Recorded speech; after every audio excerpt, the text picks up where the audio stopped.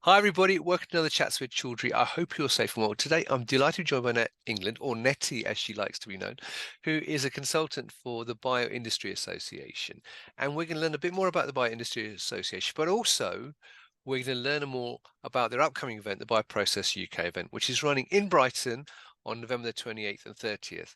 And as I've never been, but I'm looking forward to going this year, we thought we'd do a quick preview of the event. So first of all, Netty, it's lovely to see you. How are you?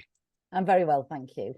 Now, hopefully, it is not as heavy rain outside your window as it is because it's chucking down outside my window this morning, unfortunately.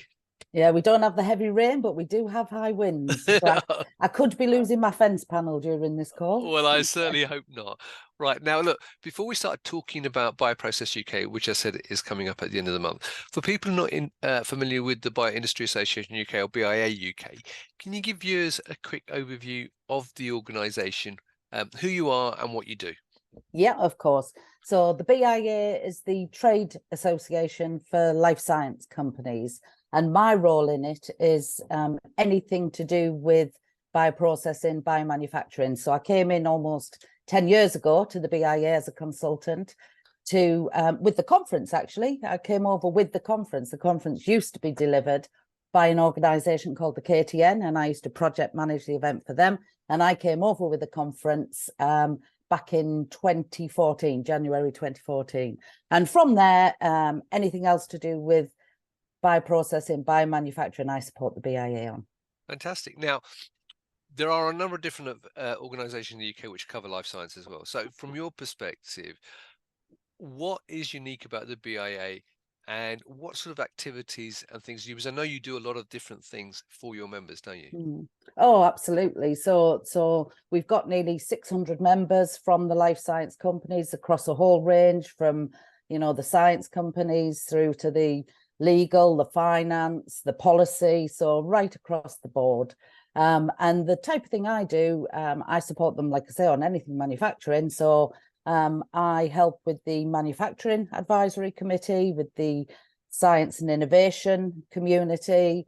I also work on the conference and the medicines manufacturing industry partnership, and the list goes on. Anything to do with with bioprocessing and biomanufacturing. Right. Now, BioProcess UK is your main event, but it's not the only event you do, is it? No, there's lots of events. We have a gala dinner in January, then we have a summer networking party. We have Tech Bio UK was last month in October. And we also have regional networking events very regularly. Women in biotech events very regularly. Yeah, there's an event most months, or multiple events most months. Right. Well, and in terms of membership, is it by invitation or people can just sign up to become a member? Oh, no, it's a membership organisation that any relevant organisation can join. Right. Well, we'll put the link to the BIA above this as well as the link to the event as well. Now, let's talk about BioProcess UK. Now, I unfortunately have not had the pleasure to go, but I am hopefully going this year, at least for a day. Yeah. So for people who've never been to the event, can you sort of describe, well, one, what's the purpose of the event? And two, how's it structured and what can people expect to see if they were to attend the event? So it's an annual event. This year it's the 20th year, so it's been running now for 20 years. I've been to 19 of them. Right. I didn't go to the first one. I didn't know it existed, but I've been to the second one ever since. So I've been as a delegate. I've been there supporting the conference. I've represented companies at the conference. So wearing many hats over the years. It is a brilliant event for networking, for meeting up with old friends and also making new friends and forging collaborations. And I think I won't go into this in detail because I know we haven't got long, but the bioprocessing community came together brilliantly, extraordinary in the COVID crisis. Sure. And supported the Oxford AstraZeneca vaccine. And part of the reason that the community mobilized so quickly there is because they knew each other from the conference, they trusted each other. So yeah, mainly networking, but we've also got a great scientific program as well. Right. So let's talk about the scientific program. I mean, what sort of topics are you likely to cover this year? So this year we have our usual introductions and policy pieces. And then we've got, new to the conference this year, a question time session where we're literally running the question time format. So we've got a panel of experts that will take questions from the floor. And the theme of that is establishing manufacturing of medicines in the future in the UK. So that's kind of the opening session. And then we've got a piece on Back to the Future. So we're talking about new ways of making traditional medicines and also new medicines, you know, new way of making vaccines, the RNA vaccines, the extension of antibodies into antibody drug conjugates. So looking at traditional medicines, but the new types of medicines within those modalities. And then we run into a couple of parallel sessions. One, we've got our Charity of the Year, Bowel Cancer UK, running a session on advances in therapies for bowel cancer. Right. And in the same time, we've got a skills session looking at workforce planning. And then we've got a couple of awards throughout the day. So we've got the Richard Wilson Impact Award, which goes to somebody who's made a big impact over recent years. And then we've got the longer term Peter Dunnell Award, which is for long-term contribution to bioprocessing.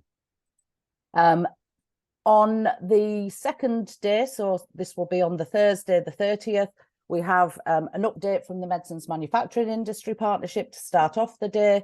And then we go into a Dragon's Den session. So again, it's kind of, we've run this for a few years now and it's very successful, very popular. So we have companies pitching and then the audience votes for which technology they're most impressed with. And this year, the theme is around analytics, next generation analytics.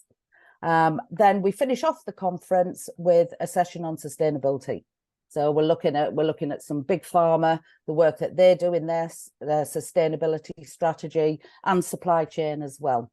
Right. And then also, what I forgot to mention, which is very important on day one, we have poster flashes from our early career researchers. It's really important that we bring the new researchers into this community. So each year we offer bursaries for students to come and present their work in poster flashes. Fantastic. It looks like a very hectic and busy and fulfilling day, or days, I should say, for people who are attending. Now, you talked about obviously the track that you've got running and the different sessions you've got, and also I know you've got a vibrant exhibition running alongside it as well with a number of exhibitors. Apart from those things, what else do you do as an organisation during the event to bring people together and to network and so on? Yeah, so as you mentioned, we've got an exhibition and each year that sells out. We've tried to increase it this year. We've now got 55 exhibitors this year. So we have a pre-party on Tuesday the 28th on the evening of, and that is at the Brighton Museum and Art Gallery. So as people arrive for the conference, ready for the Wednesday morning, then we have drinks and canapes there. So that's kind of the reunion after 12 months for some people. They might not have seen each other since last year's conference. And then on the evening of day one, so Wednesday the 29th, we have a black tie dinner with some really impressive entertainment that I'm not going to give away what that is. It's going to be a surprise on the night. Right. And then also at the end of day one in the exhibition, before we go into the dinner and that's at the Grand Hotel, which is next door to the hotel where the conference is. We've also got cocktails on some of the stands. So it's all about networking and bringing everybody together as often as we can. So we have extended breaks. We've got the posters. People can go around and view the poster boards during these during these breaks and the lunch times. Right. Well, that's fantastic. Now, we're talking off camera about this, and obviously during the pandemic, everything had to go virtual, and gradually, as the pandemic thankfully has eased off, and events have become, more and more frequent, organisers I know have gradually reduced, maybe is the right word, the digital part of the events to encourage people to be there in person. So from your perspective as an organiser, how much of the event is still digital, whether during the event or post-event? So it's all in person. There's no dial-in, it's not a blended event. at all. It's fully in person. So if So you're we not only there, had you to miss run it. once. Absolutely. Yeah. It was only in 2020 when we had a fully virtual event. And then since then, we've gone back to in person. As I say, it's about networking, and that's really difficult. You can do most things online, but that's a really difficult thing to do online. So it's about being there in person. 100%. Yeah, I agree with you. Now, as you're here and you're talking about obviously the BioIndustry Association, and you, as you said, do a lot of different things throughout the year. From your perspective as someone who's organizing a lot of these events and themes for your members, what are, and you mentioned some of them obviously through the, in terms of talks you've got this next, at the end of the month, if I get my teeth in properly. Um, uh, what are some of the hot topics and issues that your members want to know more about? So I think skills is very much a focus. Funding is very much a focus, and sustainability. I would say they're probably three of the main topics. Right. Certainly from a bioprocessing point of view that we need to work on, and we need to make sure that we support.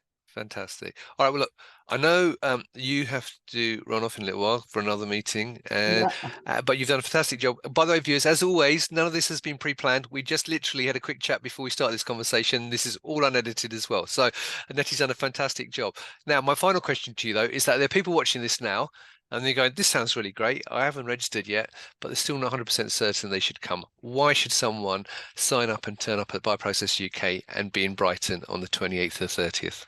Of this month? I think it's just a brilliant opportunity to come and to meet and to network and to collaborate with people in the bioprocessing community. So it's a sellout event every year. We normally cap at 300. This year we've gone to 400 tickets. And I think we've probably got about 50 tickets left. So there are still some available.